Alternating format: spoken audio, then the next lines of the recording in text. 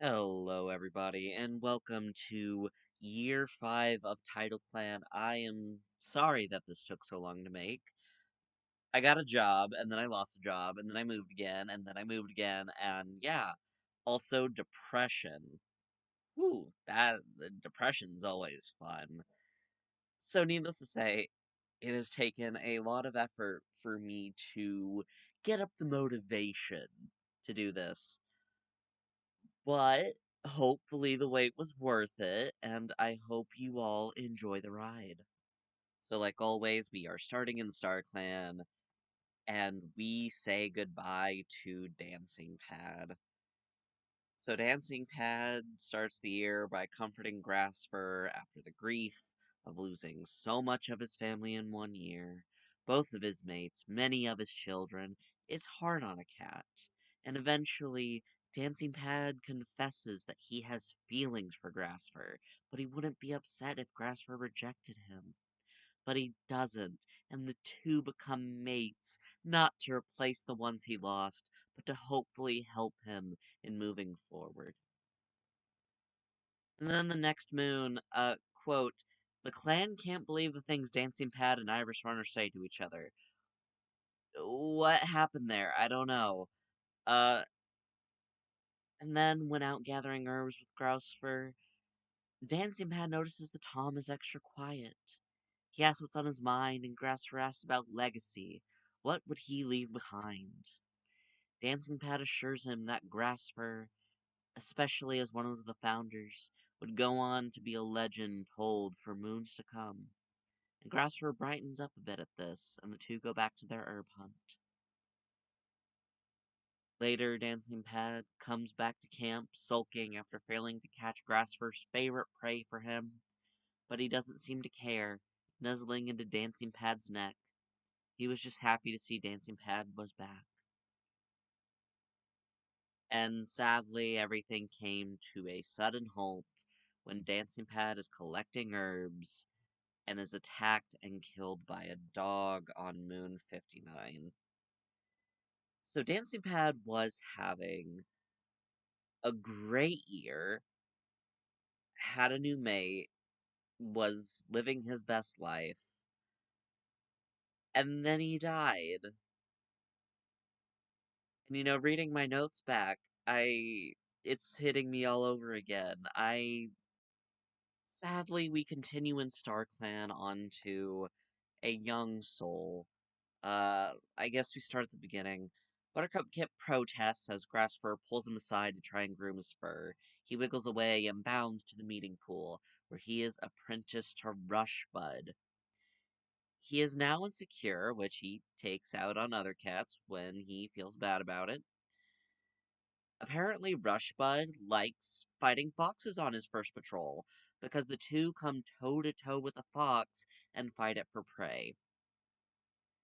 He wants to grow up to be as great as Rushbud one day, and eventually is honored with the name Buttercup Speckle for his dedication. And sadly, on the same moon as Dancing Pad with the dog, Buttercup Speckle was on a peaceful walk when suddenly a fox attacked him. Buttercup Speckle died too soon. He had a lot of promise, and he was very focused on his goals, and he just wanted to be like his mentor. And sadly, things just did not go his way. So, turns out I'm a little stupid, and I lost the recording for this next part of StarClan. I'm sorry that this seems to be a running theme in my videos. At this point, I don't want to redraw at all. So, we're just gonna go through the cats. First, we have Iris Paw, who is named Iris Runner for his wisdom, and then only a couple of moons later, he doesn't have time to really do anything before he dies in a flood with another cat, aka Punkroar, which Punkroar tells a new cat stories of his old romances, and he seems to be trying to pitch himself as a good partner. And sadly, nothing comes of this because he is killed by the flood that takes out Iris Runner, and, well, he's out on patrol with Bright Paw and Buttercup Paw. And then next, of course, we have the Elders. We have Tree Tumble, which Tree Tumble, what is there to say about Tree Tumble? She was one of our founders, of course, and from what I remember, and according to my notes, she didn't do anything.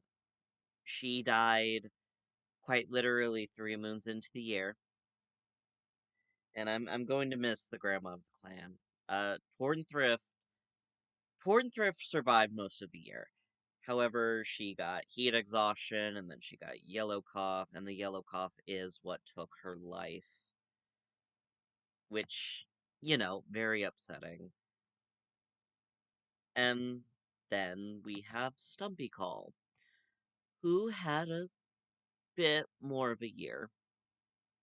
Um, if you remember, Stumpy Call was having a time with his parents' divorce. Um, but to kind of start, in this year, he bats at a snake while on patrol, then runs away. And then he points out the dangers of an octopus, explaining how some Tidalclan stories tell of a dark forest cat who tried to escape into the ocean, only to be cursed by StarClan into a monster with legs sprouting from each claw. Brightpaw and Halfpaw watch the octopus contort itself, more liquid than animal, and they see how it could be a sea cat. He then avoids a monster by the skin of his teeth, and then goes on a patrol and is ambushed by rogues. He sadly doesn't make it and is then killed.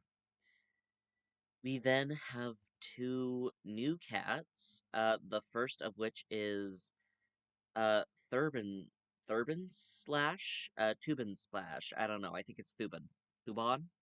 He was an Ibis clan warrior, and before that he was a kitty pet, and he'd met Tidalclan cats at some gatherings, and after a while decided that he thought Tidalclan would suit him better, and he joined on the first moon of the year.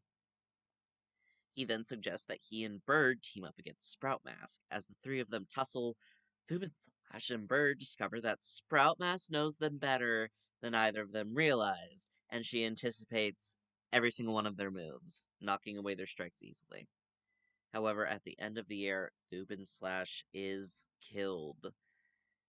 And then another new face. I'm sad that it seems like every new face dies immediately. But next we have Izzy Tail. Now, Izzy Tail joined as a kitty pet and wasn't here very long before she was killed by rogues, which is upsetting.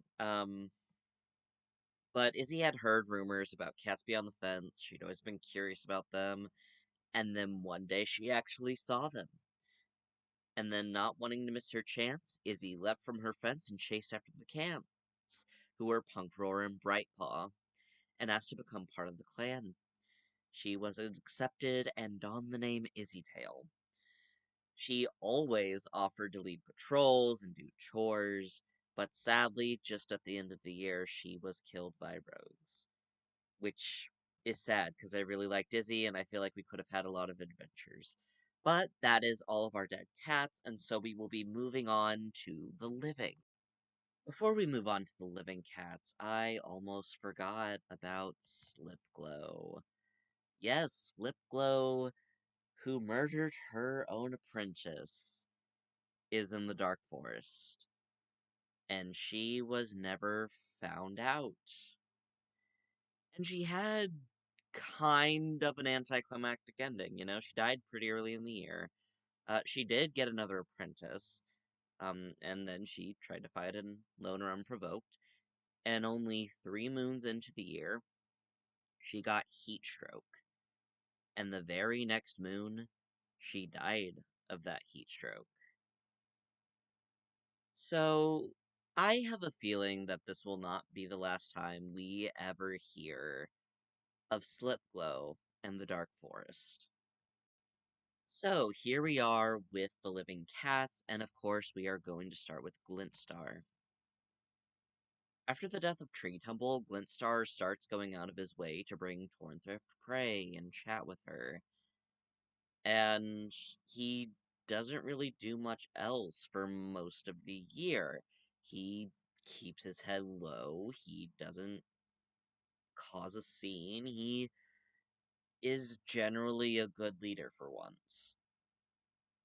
However, at Moon 58, Glintstar is bitten by a snake and succumbs to the venom, now only having 5 lives. After being bitten by the snake, Glintstar confesses once again to Rushbud. Maybe they could work it out if they just gave it a shot. And Rushbud does not take kindly to this. Glintstar is left a little lost because he's starting to realize his lives could be taken at any moment, and he's not interested in having any other cat as a mate. He only wants Rushbud, but it's clear Rushbud does not want him. So, on to our deputy, which you already heard a little bit about from Glintstar's perspective. So first of all, Rushbud gets an apprentice, and then, he's doing his duties. He drops into the medicine den to ask Frozen Snap if he's eaten yet. When Stumpy Call dies, Rushbud wails as he nuzzles against the fur of his dead kit. Stumpy Call was all he had left. What was even the point in a world where everyone he's ever loved is dead? Rushbud insists on helping Frozen Snap groom his son's pelt for the vigil. He's the first one there and the last one to move when the time comes.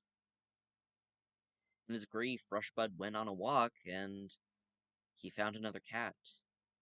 He recognized them, sure, but they never talked. As they did, well, he started to feel better. And they met again at the gathering, and then again during patrols. And one thing led to another, and now they're sneaking out at night to see each other. Since this has started, his mood has only improved. He feels like he's getting a second chance, even if it's not really a clean and cut one. And for the record, I don't have a canon cat who this is. It's probably an older cat from Bubbling Clan. Uh, and I don't know. I kind of think it's better that way. But, he's getting older and, he's got this second chance and, he feels better after a long grieving period. Which makes Clint's star confession of feelings to him worse. He absolutely tears into Glintstar, explaining that the two of them barely get along. Rushbud ruined his life for a sliver of Glintstar's affection, and look where it got him. No, he is not playing Glintstar's games. And that's how he ends the year. Just absolutely giving it to Glintstar, giving him a piece of his mind. And honestly, go off, King. I'm glad you realize you made a mistake and are kind of living through it. So the only real notes that I have for Frozen Snap are a little sad in hindsight. What I have is like a scene out of a movie. Frozen Snap slips, Dancing Pad catches him, their eyes meet, a pleasant shiver runs up the Star Guy's spine. And then, well, Dancing Pad dies. Frozen Snap is also attacked by rogues at the end of the year and has to be saved by Glintstar, and they are both injured during this encounter. He then disappears for a few days and comes back with a collar, which I forgot to draw originally, but don't worry, I added in later. So Frozen Snap's not doing great, but he's trying. So, how was Barracuda Whisper's first year as a mediator? Well, she started it by prancing around in front of Bird, and then she mediates a small disagreement between Bird and Stumpy Call. Then she travels to Clan to solve some herb gathering disputes. She thinks she actually comes up with a solution to solve the problem for good. Then overhears Cody Paw teaching Izzy Tail about their warrior ancestors, and sadly, at the end of the year, she fights off rats and gets injured. So generally, she was doing pretty good. So Grasfer breaks a little. Dancing Pad was his second chance after losing both of his mates. They'd even been talking about having a litter together. And then for Buttercup Speckle to show up dead not even 24 hours later. He knows logically that living in a clan is dangerous. But surely there's more to life than dying tragically and suddenly. His living children surround him, and yet he is scared that it's only a matter of time before they're taken away from him too. Alright, so on to a bit of a more wholesome note. Dusty Cuddles asks Golden Kit to teach them how to sing so well. And then they defend a clanmate in an argument. And when out with Honey Dapple, the two decide to go near Two Leg Place, and they find a weird box with kitty pet food in it and decide to report it to Glintstar. I was terrified that Dusty Cuddles or Honey Dapple or both of them were going to be kidnapped by Two Legs. But we didn't. We got the good ending. They just reported it to Glintstar.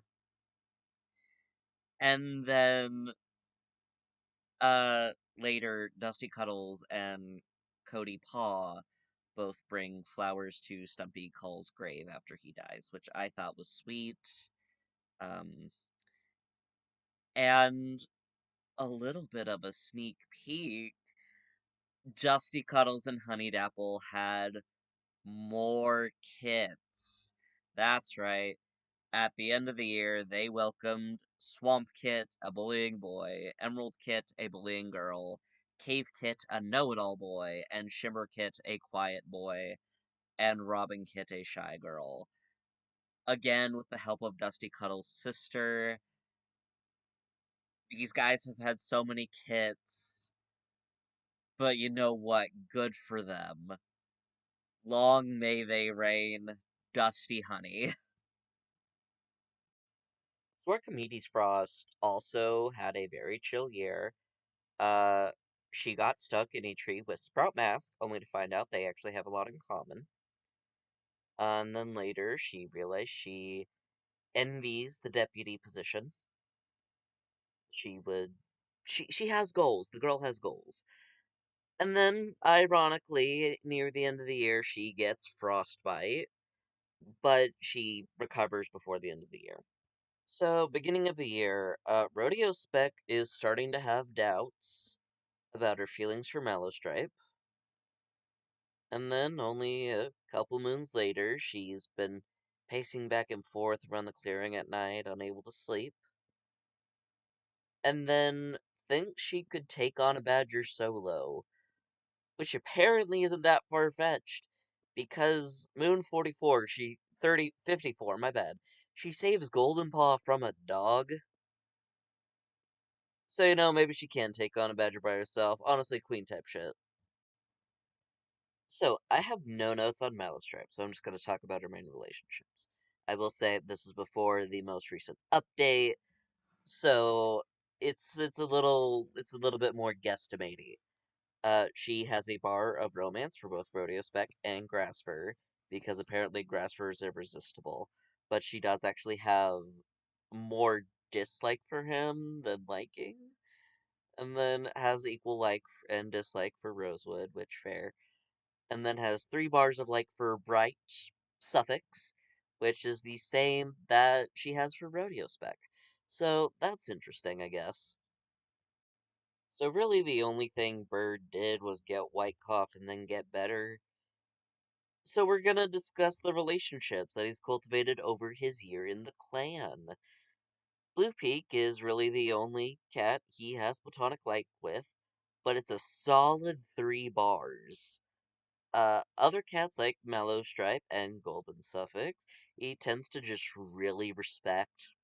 He has multiple bars of dislike with most of the honey dusty litter, and we're gonna try and fix that with Barracuda Whisper in the upcoming year.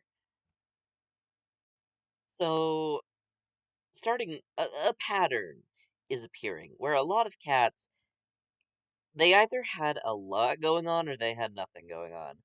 And Blue Peak is one of the cats that only had a little bit going on. So he got frostbite while out with his Ibis clan mate, and then he got green cough, and eventually he got better. And then he immediately, while out on a walk, found some herbs and decided to keep them. So yeah, Blue Peak, he's living his best life. The Sprout Mask didn't do much this year. She didn't grieve her sister despite being close with her, which they did also have a small amount of dislike. However, she does have a crush on a couple of cats, Rodeo Spec, Archimedes Frost, Dusty Cuddles. She has the strongest friendship with Archimedes Frost. Interesting enough, Archimedes Frost and Dusty Cuddles not only reciprocate her crushes, but they have feelings for each other. So yeah, this could turn out to be nothing or a very interesting polycule. So I don't have any notes for Seagull Pelts. I don't know how he kind of just slipped through the cracks. Apparently, he didn't have that eventful of a year, and I have already played the next year, so I am unable to actually go and look at his relationships, which, upsetting. Uh, I guess just look at this art of him, because I think I did a pretty good job. And here we have one of the little babies from before. We have Bright Paw, who tries to be calm and collected as he's apprenticed to Punkroar, but the twitch of his tail gives him away, and he gets a running nose. He was then sneaky. He was a sneaky baby, and on his first day out to explore the territory, Punkroar halts as he hears paw steps coming from ahead. A pot, a cat pops out of the bushes excitedly and explains that she's been training for moons and wants to join the clan. Punkroar and Brightpaw shrug, bring her back to camp, and she's accepted into the clan. This, of course, was Izzy, who was hanging out by the docks. Uh, Brightpaw then sees Goldenpaw stumble during a training session and thinks it's very cute, and they kind of have like a wee crush on each other. It's sweet. Uh, Brightpaw tries to dig into one of Glintstar's secrets, which you don't want to know Glintstar's secrets. Trust me, they're not worth it. Um, Brightpaw is then the only one of his siblings not to be made a warrior at 12 moons old, despite being the eldest. And it's definitely because he dicked off Glintstar the moon before, and that is the pettiest thing I've ever seen.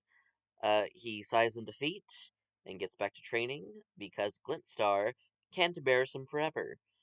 And then on the final moon of the year, well, not the final moon of the year, but you know what I mean. Brightpaw is named Brightwish and honored for his spunk.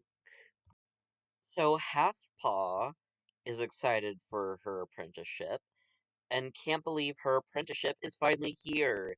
She never really trips over her own paws as she's apprenticed to Slipglow, and she's now bold. But while being shown the territory, a rabbit bursts from nowhere. Halfpaw races after it, but it gets away. Slipglow doesn't comment, but continuing the patrol and letting Halfpaw burn with embarrassment. And then Halfpaw falls into a river and is, ironically, saved by Punkroar, and then is named half whisper and honored for her valiance. I don't really know how being mentored by Slipglow affected her, aside from she very much felt the need to prove herself, and I don't know if she ever really scratched that itch. I feel like she still very much has a tendency to want to people please. And I guess we'll see where that gets her in the future.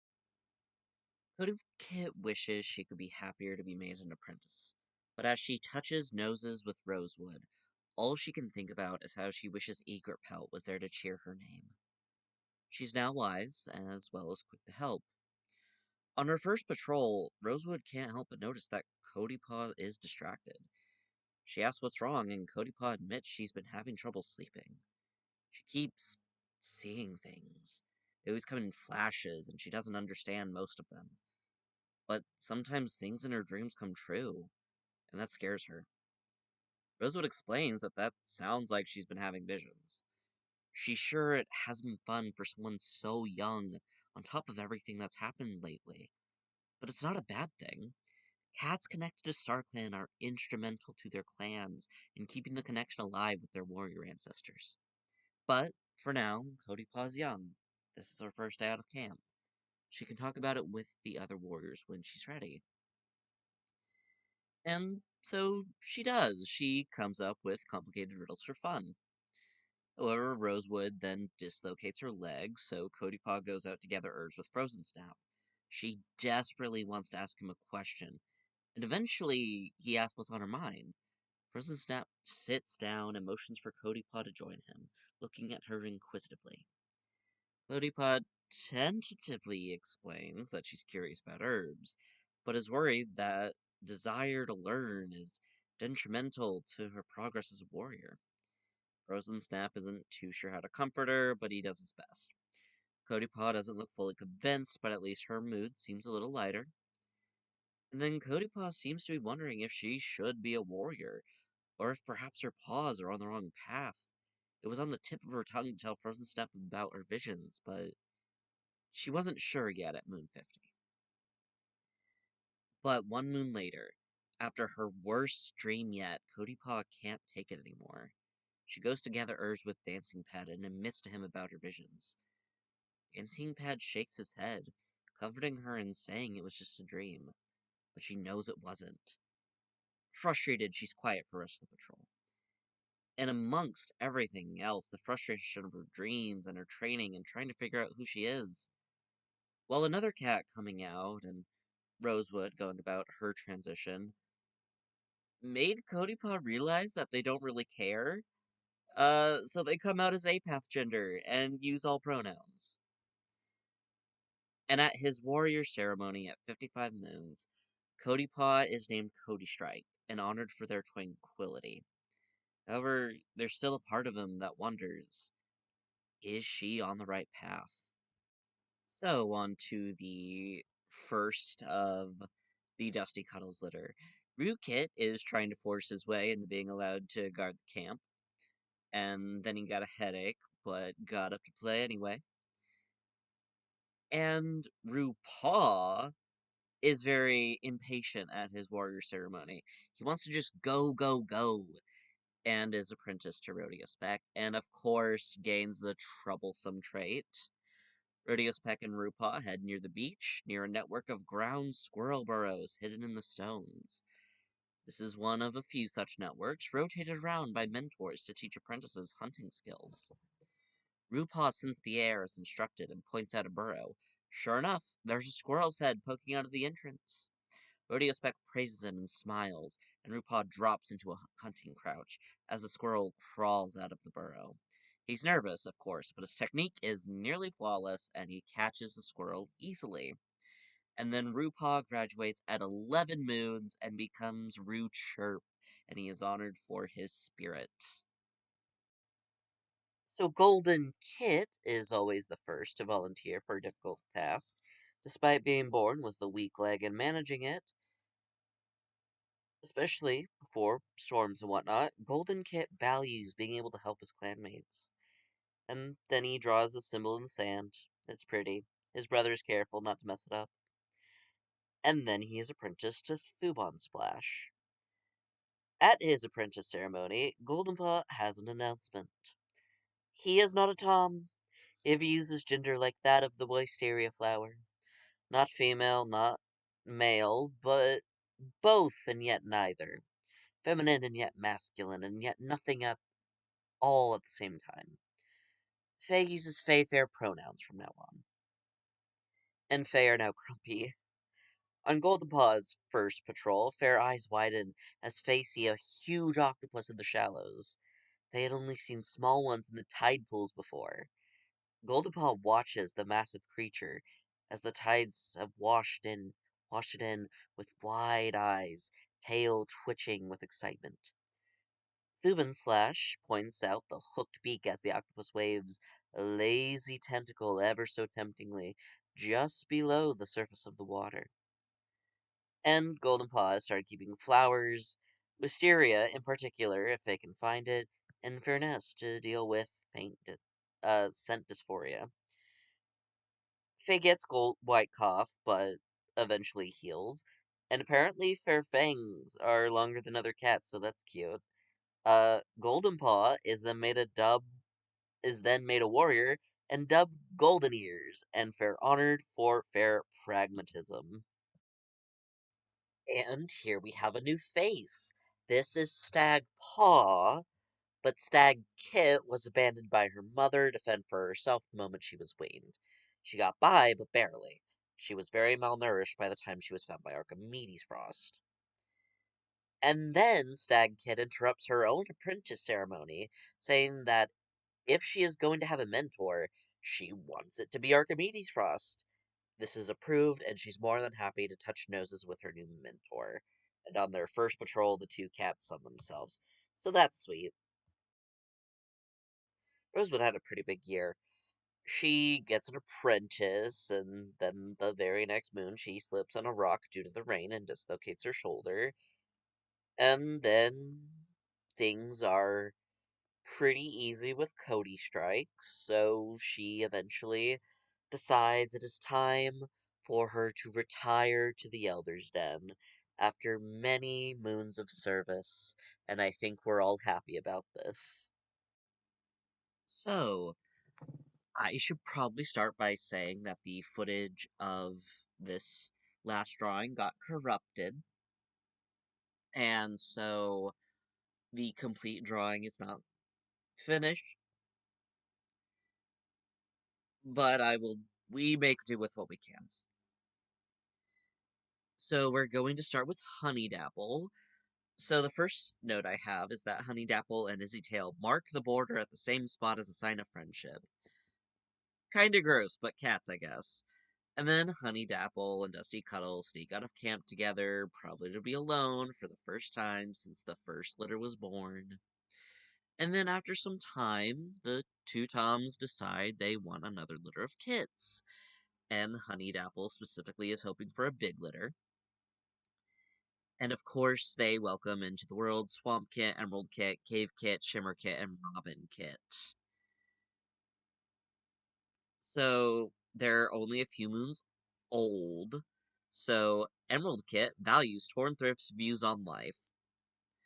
And then Shimmer Kit just had the status Shimmer Kit was forgotten about, which makes me very sad.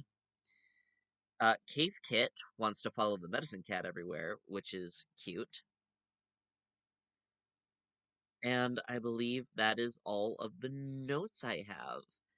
So, yeah, now we're on to the other clans.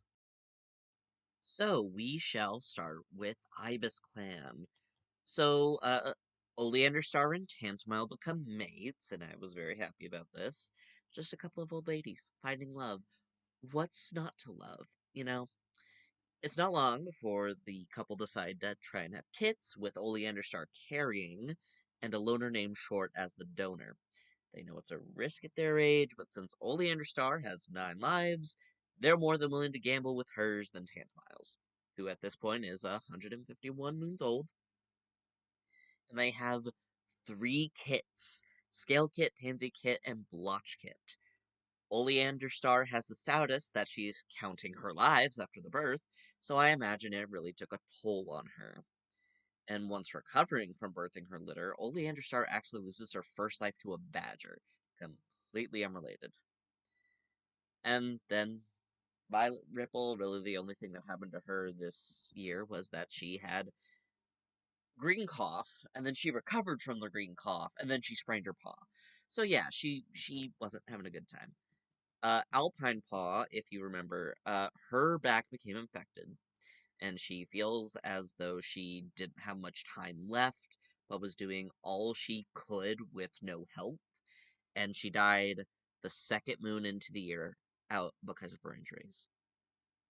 After her death, the clan picks up the abandoned kitty pet, Tortellini. While she doesn't seem fond of the position, she's willing to take up the mantle of medicine cat until someone else steps up.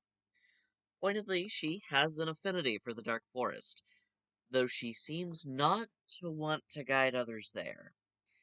And on the second to last moon, Tortellini actually develops yellow cuff, so oopsies.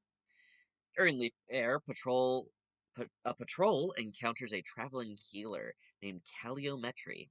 She hears the state the clan is in and decides to join. She brings with her her grown kit, Shampoo. At this point, Tortellini decides to spend more time in the medicine den, finding she did actually like the position more than warrior. And then while gathering herbs, Shampoo is suddenly overcome with the feeling of a cat's last breath. It comes as fast as it goes, and she's unsure how to feel about it. So, if you remember last year for Toad Clan, they were not doing well, but Shatterstar learns to love again as she becomes mates with the warrior Maple Chomp. But also, the same moon Maple Chomp was caught breaking the warrior code. So, Roar Spring gets another apprentice late in the year, and apparently does such a good job that Icy Paw has the status that she wants to bring Roar Spring gifts. She then becomes mates with Briar Feather. Falcon Paw grows to become Falcon Dew and is honored for his spirit. He needs help, especially when there's a white cough outbreak at the end of the year. With Falcon Dew becoming a full medicine cat, Dough Thistle is back to mediating. He goes on a mission to get Shatterstar and Maple Chum together, because they were constantly mooning over each other and it was annoying him. His next project is Roarspring and her crush Briarfeather, aka the hottest one in the clan who everyone has a crush on. He succeeds and is very smug about it. So what's up with Bubbling Clan? Well, early on in the year, the clan loses one of their founders, Copperdapple.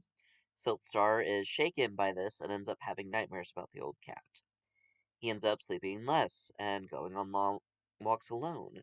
Chocolate does what he can to comfort his mate, but Siltstar refuses to be comforted, and the leader pledges to take care of the clans with all his lives. Then Jellyfish Billow joins. He's just neat. Apricot Growl did nothing this year except get along with Chocolate and Siltstar's daughter, Fronspots. And that's it. That's year 5 of Tidalclan. Once again, I am sorry that this took forever. I cannot promise I'll be better. Uh, y'all have a smiley happy day. Mystic out.